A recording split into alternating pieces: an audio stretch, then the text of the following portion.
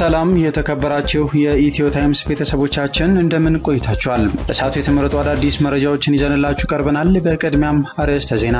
የአማራ ፋኖ ብሔራዊ ኃይል ጎንደር ቀጠና ዳግማዊ ቴዎድሮስ 5ኛ ኮር የጎንደር የበጋሻው ክፍለ ጦር አካል የሆነው አጥናፉ ብርጌድ ከወርቅ ደቦ ወደ ገደብዬ ከተማ ሲጓዙ የነበሩ ከ30 በላይ የአገዛዙ ወታደራዊ አመራሮችንና ጠባቂዎቻቸውን ጨምሮ በፈጸመው ጥቃት መግደሉን አስታወቀም። ከፋኖ በተገኘ ተያያዥ መረጃ ህዝባዊ ውይይቶች መቀጠላቸው ተነግሯል። ዝርዝሩን አዘጋጅተናል። በአማራ ክልል ባለው የጸጥታ ችግር ምክንያት በግንባታው ዘርፍ የተሰማሩ ተቋማት ከስራ እየወጡ መሆኑ ተገለጸ። ከዘርፉ ለመውጣታቸው የጸጥታው ችግርና የመንግስት የልማት ድርጅቶች ያለ ጨረታ የሚወስዷቸው ፕሮጀክቶች መብዛት ዋና ምክንያቶች ናቸው ተብሏል። ችግሩን ለማስተካከል ይመለከታቸዋል የተባሉ አካላት ጥያቄ ቢቀርብላቸውም ነገር ግን ምንም አይነት መፍትሄ ማግኘት እንዳልተቻለ ነው የተነገረው። ተጨማሪ አለን። የምስራቅ እዝ ኮር አዛዥ ብርጋዴር ጀነራል አዲሱ መሐመድ ኮሩ በተሰማራበት የግዳጅ ቀጠናዎች የሚገኘውን ጸረ ህዝብ ሲሉ የጠሩትን ቡድን በመመንጠር ሰላም በመፍጠሩ የልማት ስራዎች መከናወን መጀመራቸውን ተናገሩ። በዚህም የማሰልጠኛ ስፍራውን ጨምሮ የሎጂስቲክሳዊ ማዕከሉ ከነቁሳቁሱ ወድሞበታል የተባለ ሲሆን የተለያዩ መሳሪያዎች፣ ትጥቆችና እንዲሁም ተሽከርካሪዎች መማረካቸው ተነግሯል። ሌላኛው መረጃችን ነው። በአዲስ አበባ የሚገኘው የአሜሪካን ኤምባሲ ፕሬዚዳንት ታዬ አጽቀ ሥላሴ የአሜሪካ ኩባንያዎች በኢትዮጵያ በተለያዩ የግብርና ዘርፎች መዋዕለ ንዋያቸውን እንዲያፈሱ ያቀረቡት ጥያቄን የሚደገፍ ነው ሲል እውቅና እንደሚሰጠው አስታወቀ። ኤምባሲው በኢትዮጵያ እምቅ አቅም መኖሩን እንደሚስማማ ገልጾ በሯ የተከፈተም ለቢዝነስ ምቹ የሆነች ኢትዮጵያ ራሷንና ቀጠናውን ወደፊት ታራምዳለች ብሏል። ሙሉ መረጃውን አጠናክረናል። ከተኩስ አቁሙ በኋላ የኢራንና የእስራኤል ግጭት መቀጠሉና ኢራን በእስራኤል ላይ ያልተጠበቀ ጥቃት ማድረሷ ተሰማ። የእስራኤል የሀገር ውስጥ ጉዳይ ሚኒስቴር ቴሄራን የረጅም ርቀት ሚሳኤል በመጠቀም በቤርሳቤ ከተማ ጥቃት ማድረሷንና ጥቃቱም ከፍተኛ ጉዳትና ውድመት ማስከተሉን አመላክቷል። ዝርዝሩን የምናስደምጣቸው ይሆናል። የሱዳን ፓራሚሊተሪ ፈጣን ድጋፍ ሰጪ ኃይል መሪ መሐመድ ሐምዳን ዳጋሎ ከግብጽ ጋር ያሉ አለመግባባቶችን በውይይት መፍታት እንደሚፈልጉ በመግለጽ ጥሪ አቀረቡ። ግብጽንና ሌሎች ጎረቤቶቻችንን እናከብራለን እና ማንኛውም ችግር በውይይት ሊፈታ ይችላል ያሉት ሄሜቲ አርኤስኤፍ በአቅራቢያ ካሉ ሀገሮች ጋር ያለውን ግንኙነት ለማበላሸት ሞክረዋል በማለት ስማቸው ያልተጠቀሱ ወንጀለኞችን ከሰዋል። ተጨማሪ አዘጋጅተናል።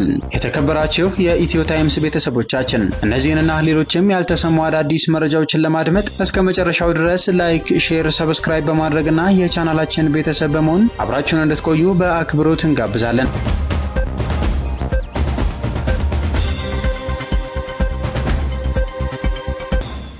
የአማራ ፋኖ ብሔራዊ ኃይል ጎንደር ቀጠና ዳግማዊ ቴዎድሮስ 5ኛ ኮር ጎንደር የበጋሻው ክፍለ ጦር አካል የሆነው አጥናፉ ብርጌድ ከወርቅ ደቦ ወደ ገደብዬ ከተማ ሲጓዙ የነበሩ የአገዛዙ ወታደራዊ አመራሮችን መግደሉን አስታወቀም። የአገዛዙ ወታደራዊ አመራሮች በወርቅ ደቦ ከተማ በመገኘት በቀጠናው ያለውን ሰራዊት ለግዳጅ ሰብስበው ሲወያዩ እንደዋሉ የገለጸ ሲሆን ወደ ገደብዬ ከተማ ዛሬ ሰኔ 17 ቀን 2017 ዓ.ም ከቀኑ 10 ሰዓት ለመግባት ሲሞክሩ የአጥናፉ ብርጌድ አባላት መኪናው ላይ የነበሩ ወታደራዊ አመራሮችንና ጠባቂዎቻቸውን ጨምሮ ከ30 በላይ የአገዛዙን ሰራዊት ሙት ማድረጋቸው ሲነገር ሲጓዙበት የነበረ 4 ፓትሮልና 3 ኦራል መኪናዎችም ከጥቅም ውጪ መደረጋቸው ተመላክቷል። ከነበሩት የመከላከያ አመራሮች አብዛኛው መሞታቸውንና ስለማንነታቸውና ኃላፊነታቸው ዝርዝር መረጃ እንደሚያቀርብ የአማራ ፋኖ ብሔራዊ ኃይል ጎንደር ቀጠና ዳግማዊ ቴዎድሮስ 5ኛ ኮር የጎንደር የበጋሻው ክፍለ ጦር ህዝብ ግንኙነት ኃላፊ አርበኛ ታድሎ ደስ ይገልጿል።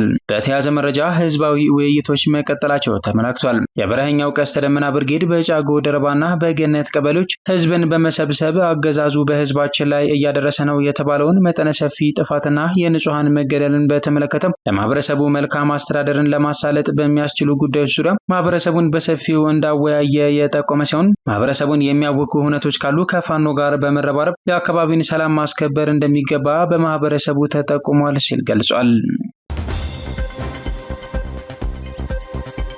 የምስራቅ እዝ ኮር ዘራፊና ጽንፈኛ ብሎ በጠራው ቡድን ላይ የማያዳግም እርምጃ እየወሰደ መሆኑን አስታወቀም። የምስራቅ እዝ ኮር አዛዥ ብርጋዴር ጀነራል አዲሱ መሐመድ ኮሩ በተሰማራበት የግዳጅ ቀጠናዎች የሚገኘውን ጸረ ህዝብ በመመንጠር ሰላም በመፍጠሩ የልማት ስራዎችን ማከናወን መጀመራቸውን ተናገሩ። ጽንፈኛ ሲሉ የጠሩት ቡድን በታሪካዊ ጠላቶቻችን እየተገፋፋና እየተደገፈ በሀገራችን የውክልና ጦርነት ከፍቶ ክልሉን ለማህበራዊና ለኢኮኖሚያዊ ድቀት በመዳረግ በአገልግሎት መስጫ ተቋማት ላይ ጥቃት እየፈጸመ እንዲሁም የሰው ገታና ግድያ ያከናወነ የህልውና አደጋ ፈጥሮ መቆየቱን ጠቅሰው በሰራዊቱ ክንድ እየተደመሰሰ በዞኑ ሰላም ሰላም ተፈጥሮ የልማት ስራዎች እየተከናወኑ እንዳሉ አስረድተዋል። በቅርቡ በሰሜን ሜጫ ወረዳ በጨንታና አካባቢው ማህበረሰቡን እየዘረፉ በሰው እገታ፣ አፈና፣ ግድያ ተሰማርተው ነበሩ ያሏቸውን 4 ብርጌድ ሻለቃና ሻምበል አመራሮችን በሰራዊታችን ደምስሰናል ሲሉ ተናግረዋል። እንደ ኮር አዛዥ ገለጻ የዚህ ቡድን ማሰልጠኛ ስፍራ የሎጂስቲክሳዊ ማዕከል ከነቁሳቁሱ እንደወደመበት የተናገሩ ሲሆን በዚህም 4 ብሬን፣ በርካታ የነፍስ ወከፍ መሳሪያዎች፣ የወገብና ደረት ትጥቆች፣ የእጅ ቦምብ እንዲሁም ከህዝብና ከተቋማት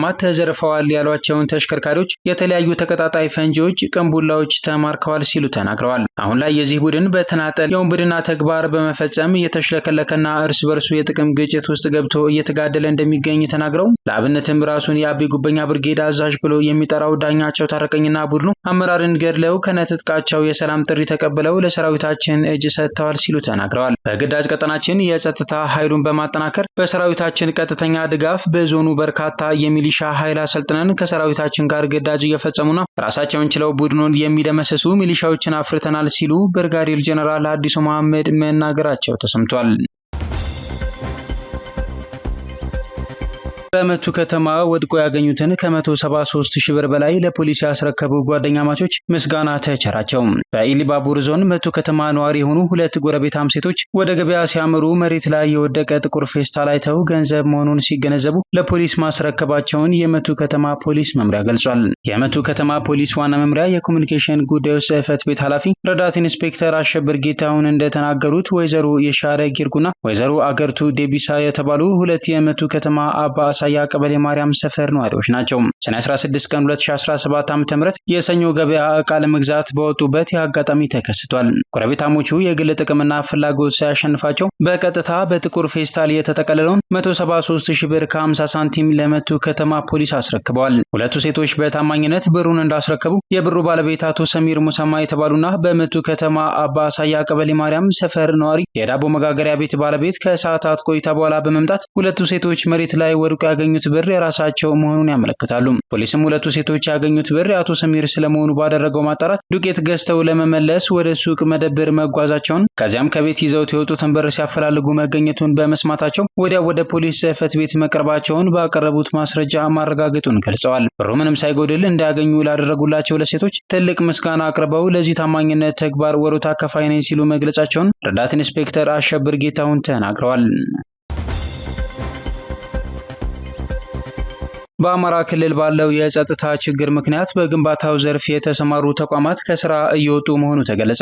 በአማራ ክልል በግንባታው ዘርፍ ላይ የሚሰሩ ተቋማት አብዛኞቹ በክልሉ በሚስተዋለው የጸጥታ ችግር ምክንያት ከስራ እየወጡ መሆኑን የክልሉ ኮንስትራክሽን ስራ ተቋራጮች ማህበር ተናገረ።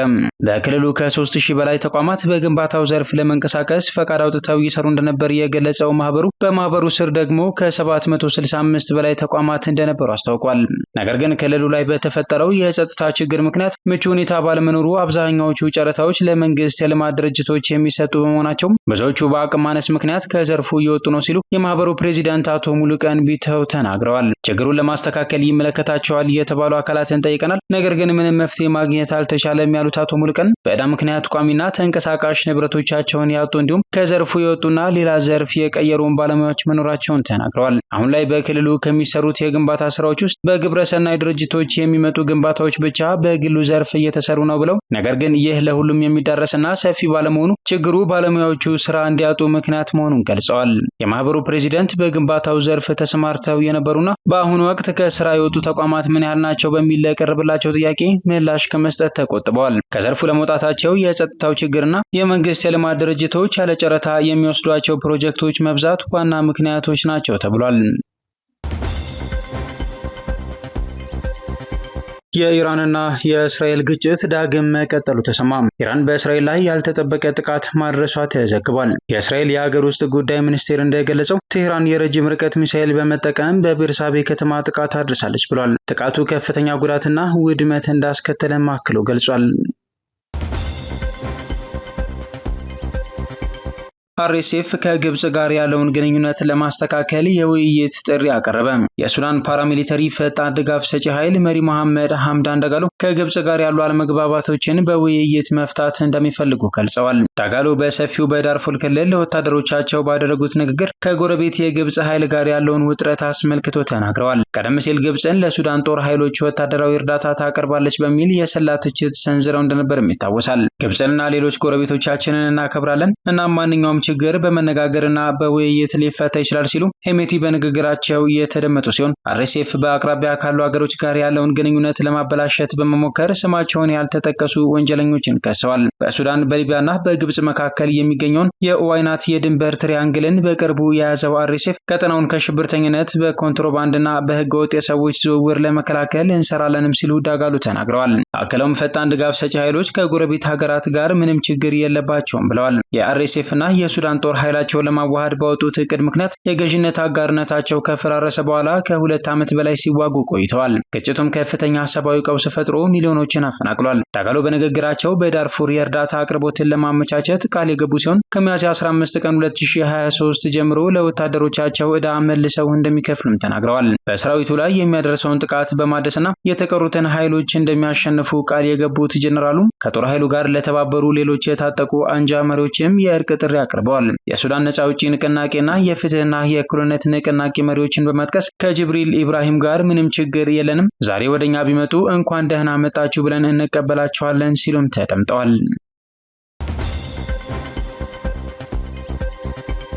የአሜሪካ ኩባንያዎች በኢትዮጵያ በግብርናው ዘርፍ እንዲሳተፉ ፕሬዚዳንት ታዬ ያቀረቡት ጥያቄ ትክክለኛ ነው ሲል የአሜሪካን ኤምባሲ አስታወቀም። በአዲስ አበባ የሚገኘው የአሜሪካን ኤምባሲ ፕሬዚዳንት ታዬ አጽቀሥላሴ የአሜሪካ ኩባንያዎች በኢትዮጵያ በተለያዩ የግብርና ዘርፎች መዋዕለ ንዋያቸውን እንዲያፈሱም ያቀረቡትን ጥያቄ የሚደገፍ ነው ሲል እውቅና እንደሚሰጡ አስታወቀም። ፕሬዚዳንቱ በአንጎላ ሉዋንዳ እየተካሄደ ባለው የአፍሪካ አሜሪካ የቢዝነስ ጉባኤ ጎን ለጎን የአፍሪካና የአሜሪካ የግብርና የምግብና የቢዝነስ ዘርፍን ለማጠናከር ያለመ የፓናል ውይይት ላይ ተሳትፏል። ፕሬዚዳንት ታዬ በፓናል ውይይቱ ባስተላለፉት መልእክት አሜሪካ አሁን ላይ በአፍሪካ ያላትን የኢንቨስትመንት ተሳትፎ ለማሳደግ ያላትን ፍላጎት አድንቀዋል። አፍሪካ የአሜሪካ የኢንቨስትመንት መዳረሻ የሚሆን አቅም እንዳላት ጠቅሰው በአፍሪካ በኩል ሊለማ የሚችል መሬት፣ የሰው ሀብትና ትክክለኛ ፖሊሲ መኖሩን ማረጋገጥ ይገባል ብለዋል። በተለይም በኢትዮጵያ ለእርሻ ስራ መዋል የሚችል ሰፊ ለም መሬት እንዳለና ይህንን የግብርና ስራ ሊያከናውን የሚችል የሰው ኃይል መኖሩንም አስረድተዋል። ኤምባሲው በይፋዊ የማህበራዊ ሚዲያ ገጾቹ ባጋራው መልእክት በኢትዮጵያ እምቅ አቅም መኖሩን እንደሚስማማ ገልጾ በሯ የተከፈተ ለቢዝነስ ምቹ የሆነች ኢትዮጵያ ራሷንና ቀጠናውን ወደፊት ታራምዳለች ብሏል። በአዲስ አበባ የሚገኘው የአሜሪካን ኤምባሲ የፕሬዚደንቱን ጥሪ እንደሚደግፈውና ትክክል መሆኑን በማህበራዊ የትስስር ገጾቹ ላይ ባጋራው መረጃ አስታውቋል።